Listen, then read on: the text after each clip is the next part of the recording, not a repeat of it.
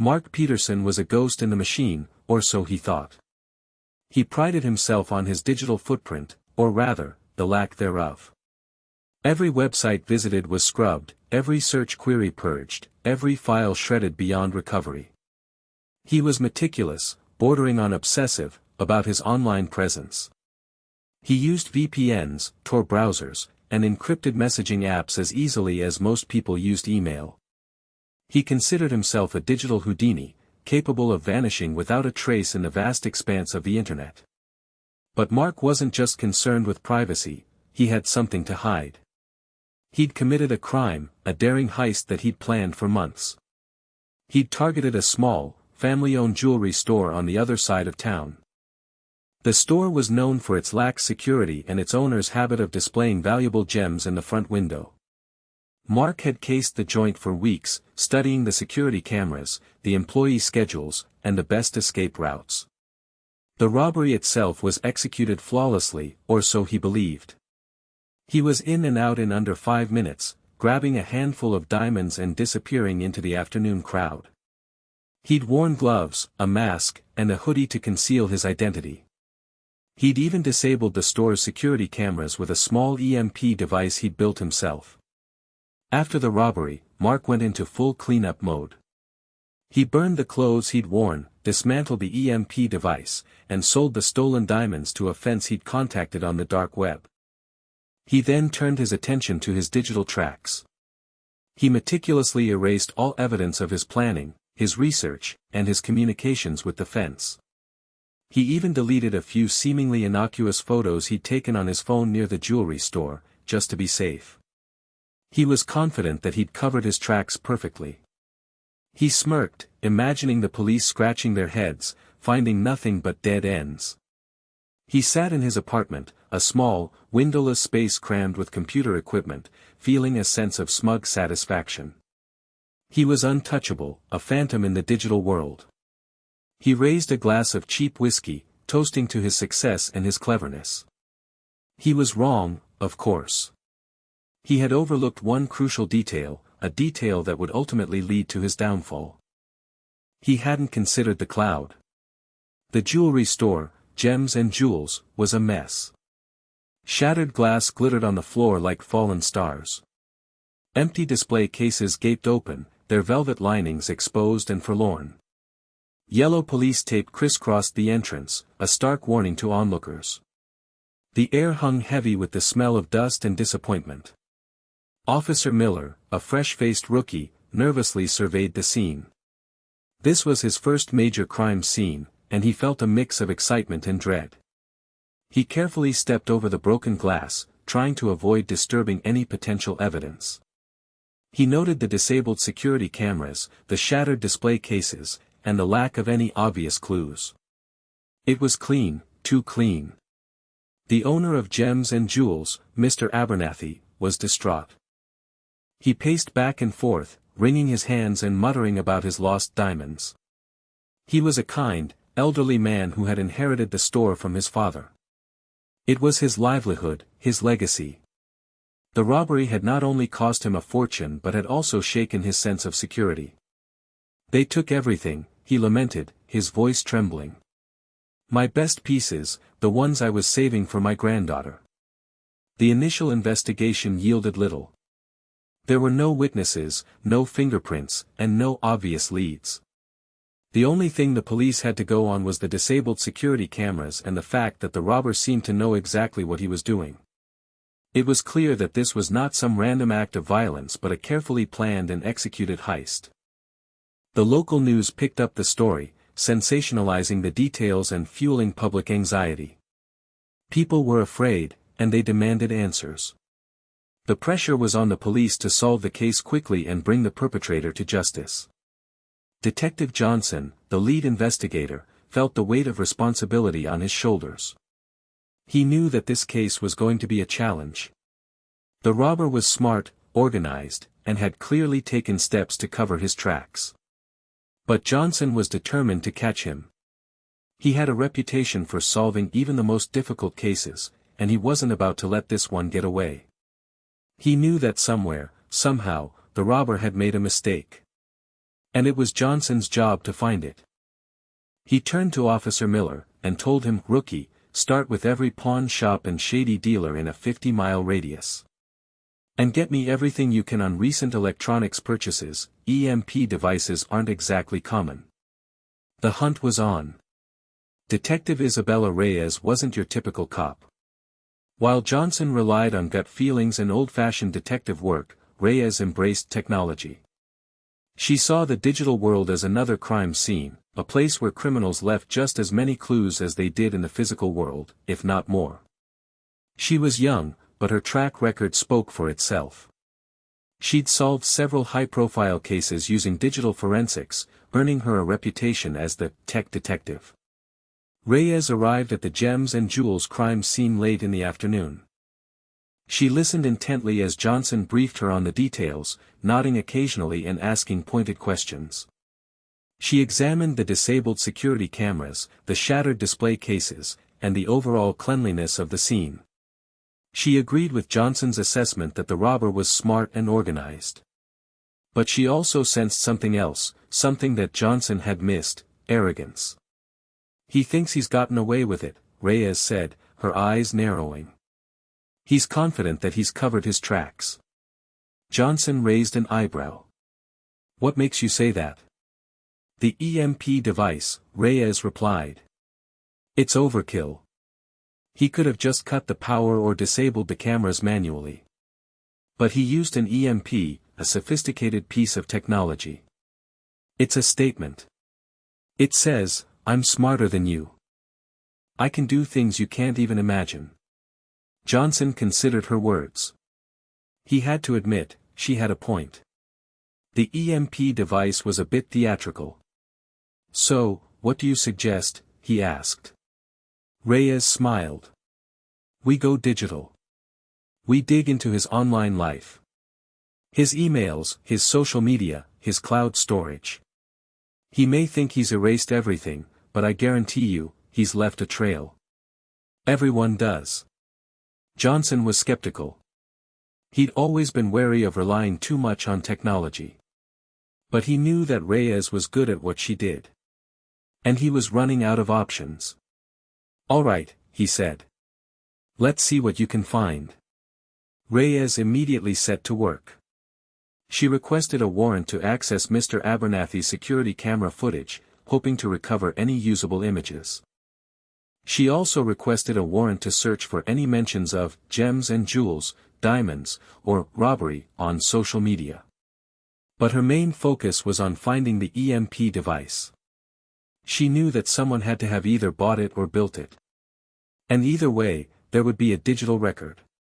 The problem, she thought, was finding the right thread to pull. The digital forensics team was a hive of activity. Monitors glowed with lines of code, and the air hummed with the whir of servers. Coffee cups littered desks, testaments to long hours and intense focus. Reyes walked into the room, her presence immediately commanding attention. "Anything?" she asked, her voice crisp and professional. Sarah Chen, the lead forensics analyst, looked up from her screen, her brow furrowed. "We've recovered some footage from Abernathy's security cameras, but it's heavily corrupted. The EMP fried most of the data. Keep working on it," Reyes instructed. "See if you can salvage anything, even a single frame. We're also monitoring social media for any mentions of the robbery," Chen continued. "So far, nothing significant. Just the usual speculation and rumors." Reyes nodded, her gaze sweeping across the room. "What about the EMP device? Any leads?" "We've checked online retailers, electronics suppliers, and dark web marketplaces," Chen replied. "Nothing concrete yet. It's like the device vanished into thin air." Reyes sighed. She knew this wasn't going to be easy. The robber was clearly skilled at covering his tracks. But she refused to give up. She had a hunch that he'd made a mistake somewhere, a slip-up that would lead them to him. "All right," she said. "Let's try something different. I want you to focus on his phone. Get a warrant to access his cloud storage accounts." Chen looked surprised. His cloud storage. Detective, he disabled the security cameras with an EMP. He knows how to cover his tracks. Do you really think he'd leave anything incriminating in the cloud? It's a long shot, I know, Reyes admitted. But it's worth a try. People often overlook the cloud. They think that deleting files from their phones or computers is enough. But the cloud remembers everything. And even if he deleted the files, there's a chance we can recover them. Chen hesitated for a moment, then nodded. Okay, detective. We'll get the warrant and start digging. But I'm not optimistic. Reyes clapped her on the shoulder. Just do your best, Sarah. That's all I ask. And remember, even the smartest criminals make mistakes. She paused and lowered her voice. Besides, I have a feeling about this one. A very strong feeling. She turned and walked out of the room, leaving the forensics team to their work. She knew that the clock was ticking. The longer the robber remained free, the greater the chance that he would disappear for good. She just hoped that they could find him before it was too late. Days turned into nights as the digital forensics team meticulously sifted through Mark Peterson's cloud data. Sarah Chen, despite her initial skepticism, led the charge, determined to prove Reyes's hunch either right or wrong. They examined his emails, his documents, his browsing history, anything that could provide a clue. Most of it was mundane: grocery lists, appointment reminders, cat videos. Mark was a ghost online, just like he wanted everyone to believe. Chen was about to call it quits when a junior analyst, David, noticed something odd. Hey, Sarah, take a look at this, he said, pointing to his screen. There's a folder of deleted photos. It's encrypted, but I think I can crack it. Chen's eyes lit up. How long will it take? A few hours, maybe less, David replied, his fingers flying across the keyboard. Chen grabbed another coffee and settled in for the long haul. Hours later, the encryption finally broke. David opened the folder, and a series of thumbnails appeared on the screen. Most of the photos were blurry and unremarkable: landscapes, selfies, pictures of food. But then, one photo caught Chen's eye. It was a picture of a street corner, taken from a distance. The quality wasn't great, but Chen could make out the storefronts. And then she saw it, the familiar sign of gems and jewels. Chen zoomed in on the image, her heart pounding in her chest. In the background, partially obscured by a passing car, was a figure that looked suspiciously like Mark Peterson. He was wearing a baseball cap and sunglasses, but there was something about his posture, his gait, that seemed familiar. Chen checked the photo's metadata. The timestamp indicated that it had been taken just minutes before the robbery. Chen felt a surge of adrenaline. This could be it, the break they'd been waiting for. She immediately called Reyes. Detective, we found something, she said, her voice trembling with excitement. A deleted photo from Peterson's cloud account. It was taken near Gems and Jewels, just minutes before the robbery. And I think Peterson is in it. There was a moment of silence on the other end of the line. Then, Reyes spoke, her voice calm and collected. Get me that photo, Sarah. And get me everything you can on its location and timestamp. I'm on my way. Chen hung up the phone and turned back to the screen, a determined look on her face. They had a picture, a time, and a possible suspect. It wasn't much, but it was enough to start building a case. And Chen knew that with Reyes on the case, it wouldn't be long before they caught their man. The cloud, the very thing Mark thought he had escaped, had just snared him. Reyes arrived at the forensics lab, her trench coat billowing behind her as she strode into the room. Chen immediately handed her a large printout of the photo. Reyes took it and examined it closely, her eyes scanning every detail. The photo was grainy and slightly out of focus, but it was clear enough. It showed a street corner with gems and jewels visible in the background.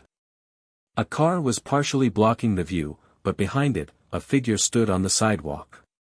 The figure was wearing a baseball cap and sunglasses, obscuring their face. But Reyes recognized the way they stood, the slight slouch of their shoulders, the way they held their hands. It was Mark Peterson. Reyes pointed to the figure. "That's him," she said, her voice firm. "I'm sure of it." Chen nodded. "We ran facial recognition software, but it couldn't get a positive match because of the hat and sunglasses.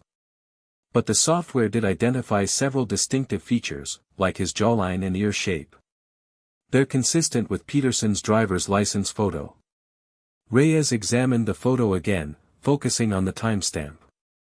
2:57 p.m. The robbery had been reported at 3:05 p.m. That meant Peterson had been near the jewelry store just 8 minutes before the crime occurred. It was damning evidence. "What about the location?" Reyes asked.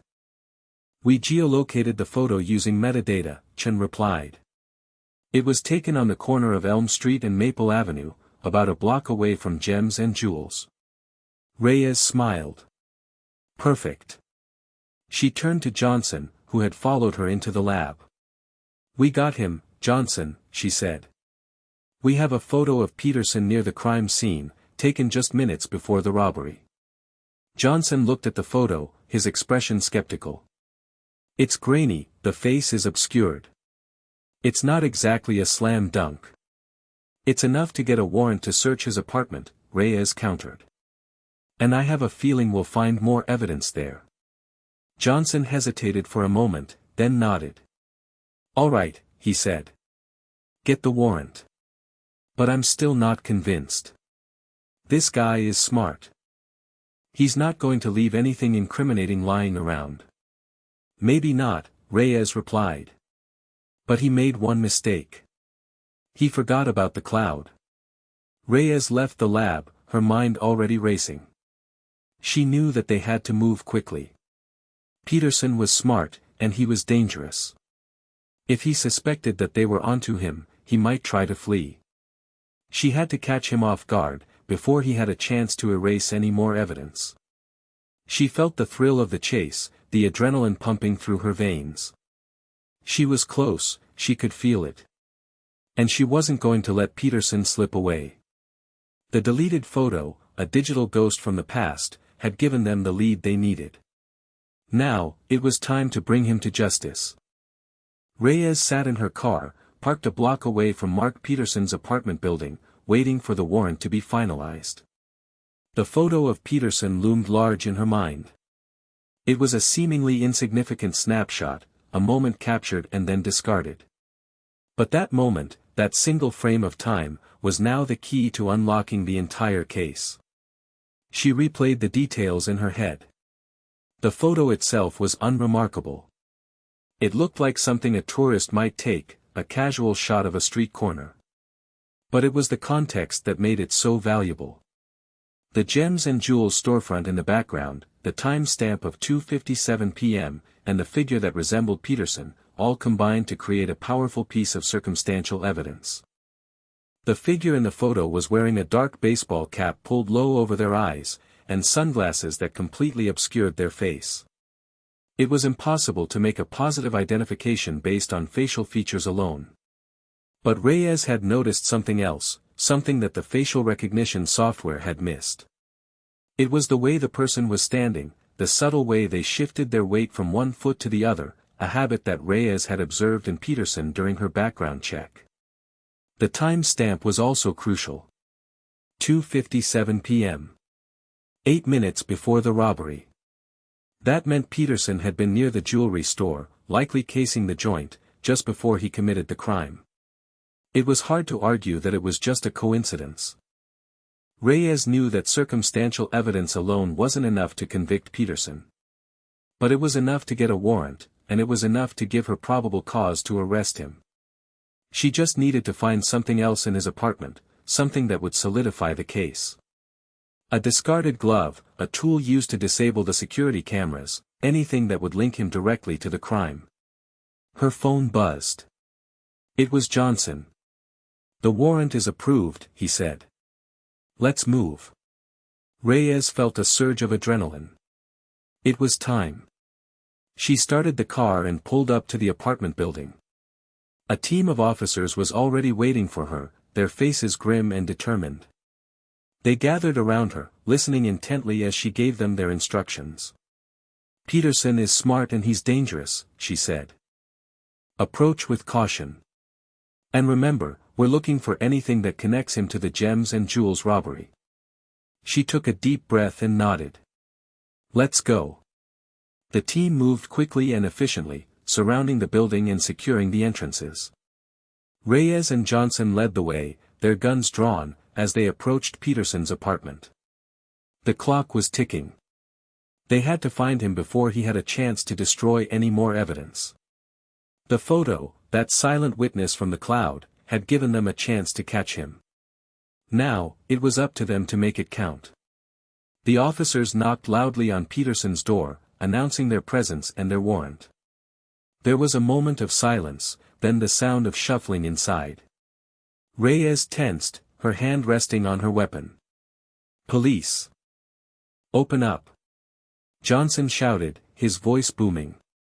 The door swung open, revealing Mark Peterson, dressed in a bathrobe and looking surprised. He blinked at the officers, his eyes widening in alarm.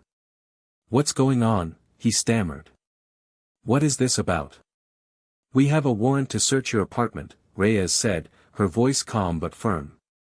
"Please step aside." Peterson hesitated for a moment, then reluctantly moved out of the way. The officers flooded into the apartment, their eyes scanning the room. The apartment was small and sparsely furnished, but it was clean and organized. Computers and electronic equipment were neatly arranged on a desk in the corner. Reyes watched Peterson carefully, observing his every move. He seemed nervous, but he was trying to maintain his composure. He kept glancing at the computer equipment, as if he was worried about something. "What are you looking for?" Peterson asked, his voice trembling slightly. "We're investigating the robbery at Gems and Jewels," Reyes replied. "We believe you may have information about it." Peterson's eyes widened.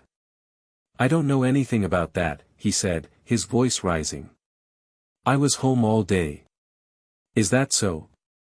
Reyes said, raising an eyebrow. "Can anyone confirm that?"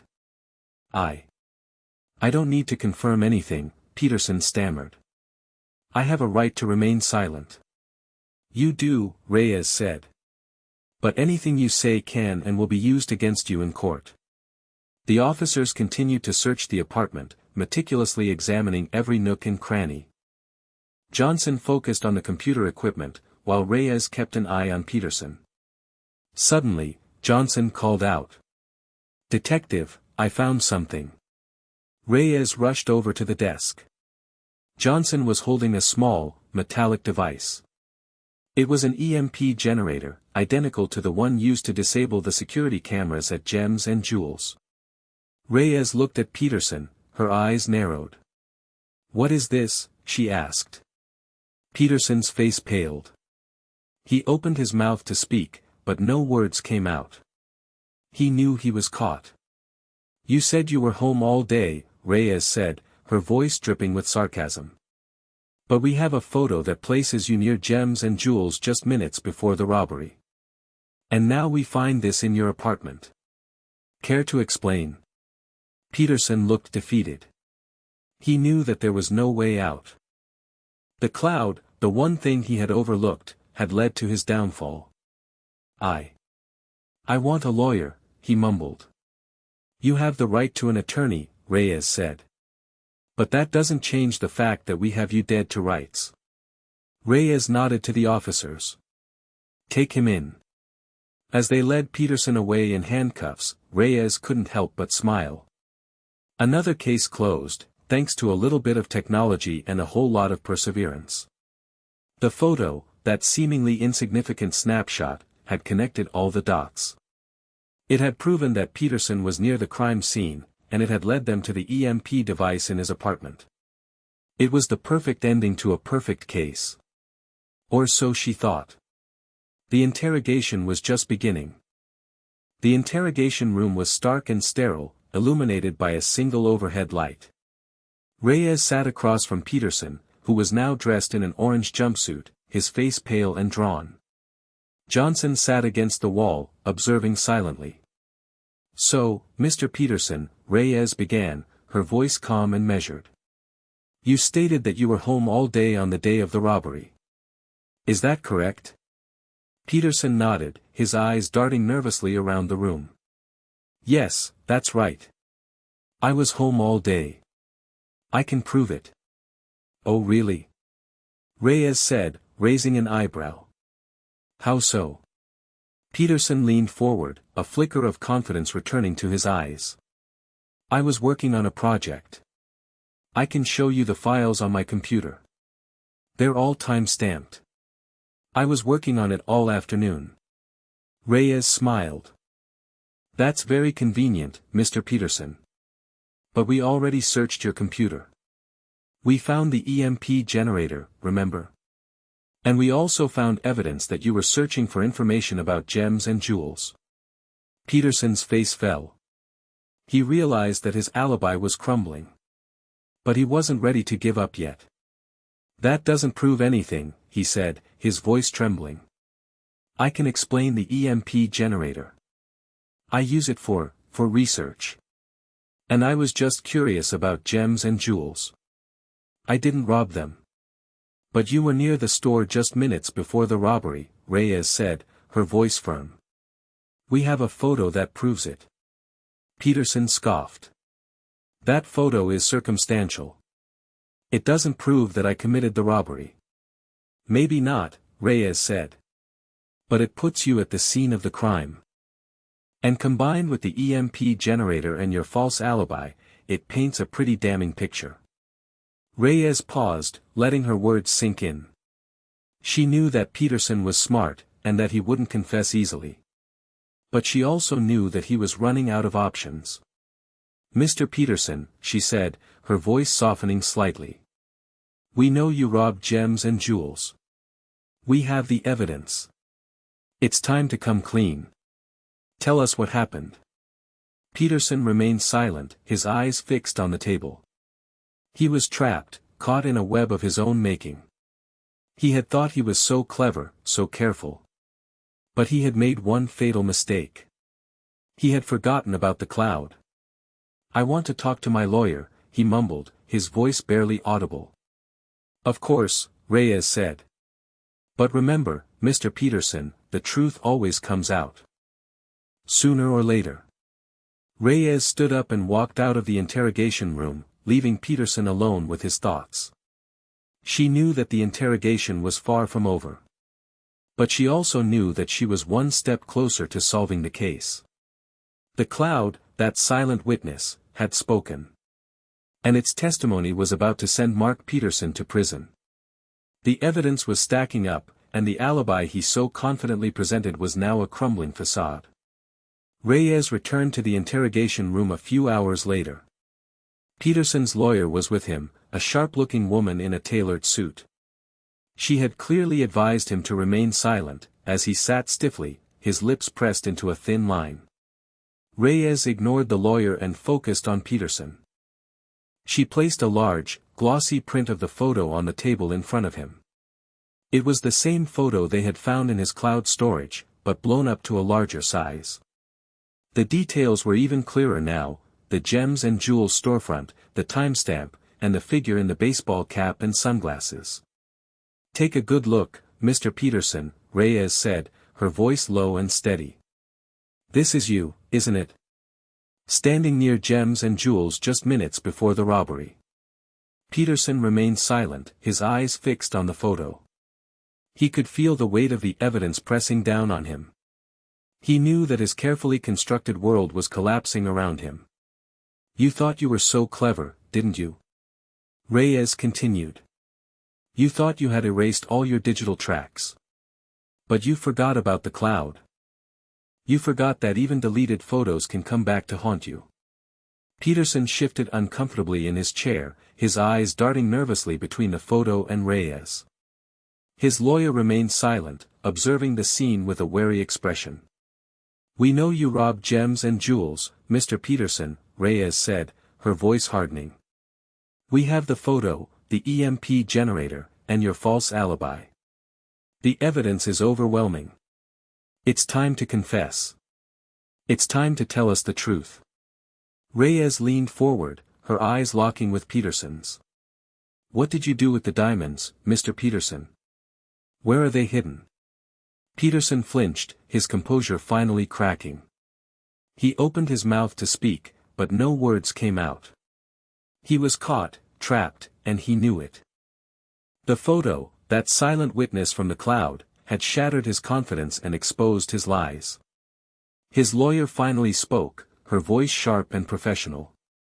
Detective, my client is invoking his right to remain silent.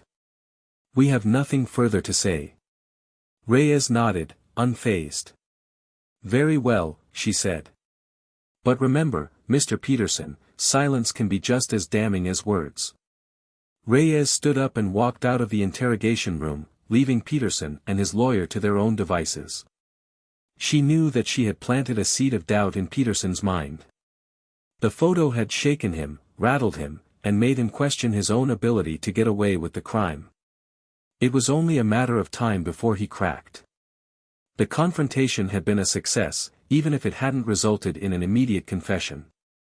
The carefully constructed facade of innocence that Mark had tried to maintain had crumbled before her very eyes.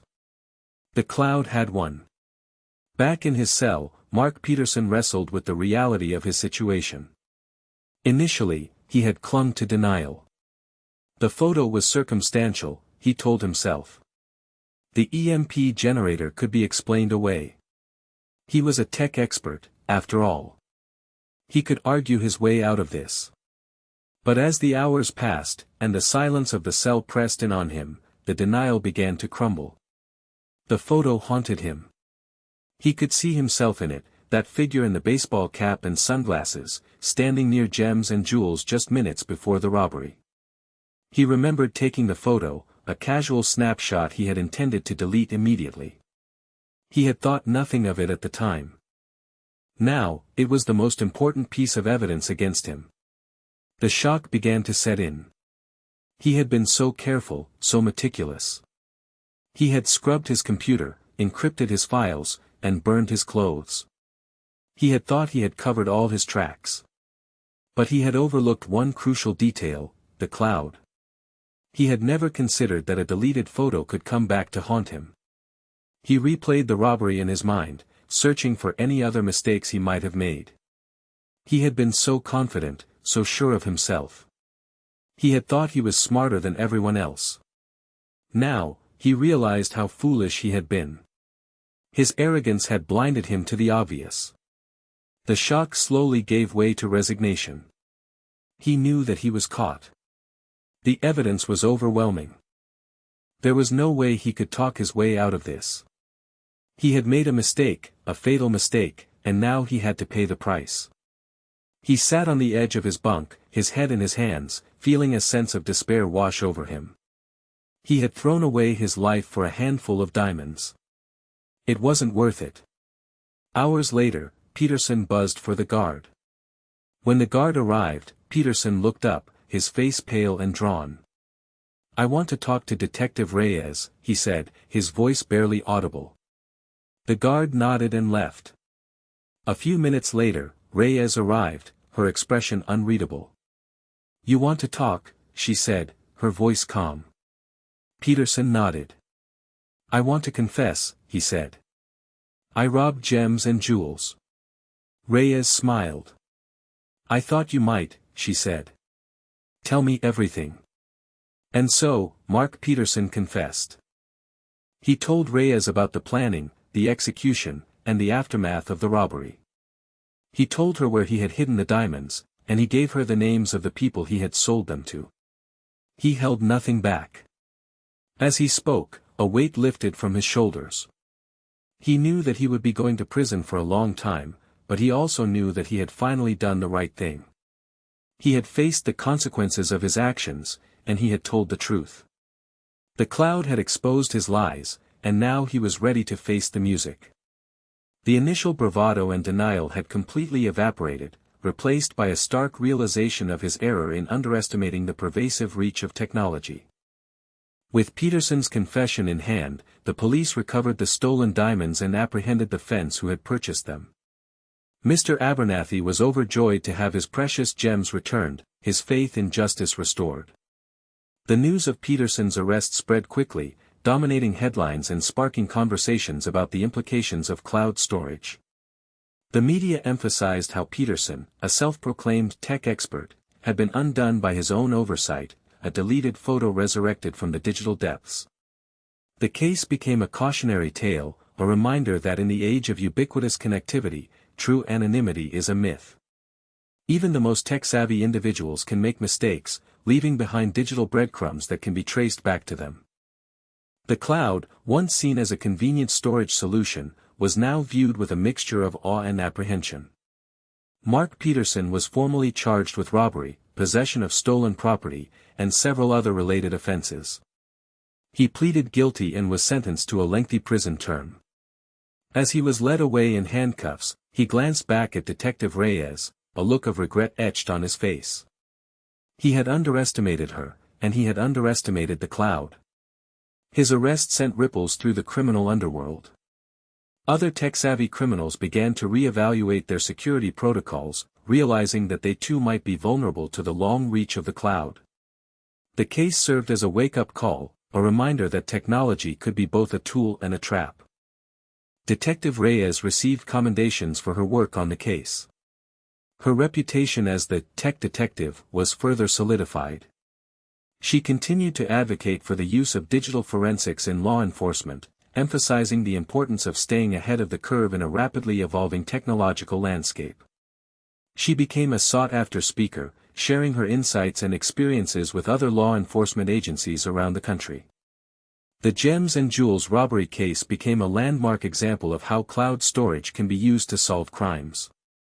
It highlighted the importance of digital forensics and the need for law enforcement to adapt to the challenges and opportunities presented by new technologies.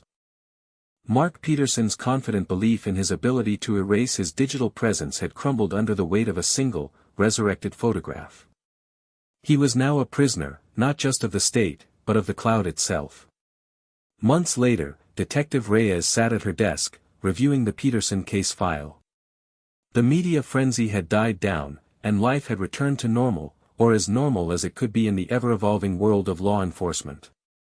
She thought about Mark Peterson, the tech-savvy criminal who had believed he was untouchable. He had been so confident, so arrogant, so sure of his ability to outsmart the system. But in the end, he had been undone by something as simple as a deleted photo. The case had taught her a valuable lesson: even the smartest criminals can make mistakes. And in the age of cloud computing, those mistakes are often preserved, waiting to be discovered. She reflected on how quickly technology was changing the landscape of crime. Criminals were becoming more sophisticated, using advanced tools and techniques to conceal their activities. But law enforcement was also evolving, adapting to the new challenges and leveraging technology to solve crimes. The Peterson case had been a turning point, a demonstration of the power of digital forensics and the importance of staying ahead of the curve. It had shown that even deleted data can be recovered, and that the cloud can be a valuable source of evidence. Reyes knew that the battle against cybercrime was far from over. New threats were emerging all the time, and law enforcement had to be prepared to meet them. But she was confident that with the right tools and the right expertise, they could continue to protect the public and bring criminals to justice. She smiled, thinking about the look on Peterson's face when she had shown him the photo. He had been so shocked, so dismayed. He had realized in that moment that his carefully constructed world had been built on a foundation of sand. The cloud had exposed his lies, and it had brought him to justice. It was a reminder that in the digital age, there is no such thing as true anonymity. Every action leaves a trace, and every trace can be followed. She hoped that Peterson's case would serve as a warning to other would-be criminals, a reminder that even the most tech-savvy individuals are not immune to the long arm of the law. The world of digital forensics was constantly evolving, but the core principle remained the same: find the truth, no matter how well hidden it may be. And sometimes, the truth is hidden in the cloud. Reyes closed the case file, a sense of satisfaction washing over her.